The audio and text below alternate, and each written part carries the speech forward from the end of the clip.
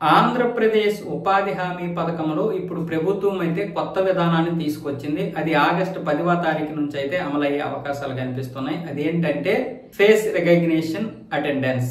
మీకు ఒక యాప్ ఉంటుంది, అది NMMS అనే ఒక యాప్ ఉంటుంది. ఆ యాప్ లో మీ ఫేస్ చూపించాలి. ఆ తర్వాత ఉదయం సాయంత్రం ఆ పనులు చేస్తున్నట్టుగా ఫొటోస్ కూడా అప్లోడ్ చేస్తారు.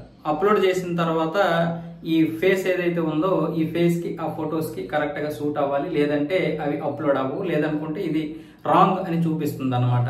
దీనివల్ల చాలా వరకు అవకతవకలు అరికట్టొచ్చని అధికారులు అయితే చెబుతున్నారు. ఇప్పటికే ఈ ఉపాధి హామీ పథకంలో కొన్ని అవకతవకలు జరుగుతున్నట్లయితే కొన్ని వార్తలు అయితే వస్తున్నాయి. చాలా మంది ఈ విషయంలో బాధపడుతున్నారు.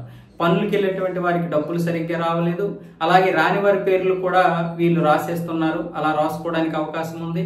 అలాగే సాయంత్రం వచ్చిన వారు ఉదయం రారు, ఉదయం వచ్చిన వారు సాయంత్రం రారు, ఒకరి బదులుగా ఇంకొకరు, ఇలా అనేక రకాలుగా అవకతవకలు జరుగుతున్నాయి. అలాంటి అవకతవకలు జరగకుండా ఇప్పుడు ఆంధ్రప్రదేశ్ ప్రభుత్వం అయితే ఈ కొత్త విధానాన్ని తీసుకొచ్చింది. దీన్ని ఫేస్ రికగ్నిషన్ అటెండెన్స్ అంటారు. ఈ విధానం వల్ల అవకతవకలు జరగకుండా ఉంటాయని చాలా మంది చెబుతున్నారు. మరి ఇది ఆగస్టు 10 నుంచి అమలు అవుతుంది కదా, ఆ తర్వాత తెలుస్తుంది దీని యొక్క విధి విధానం ఏంటి అన్నది.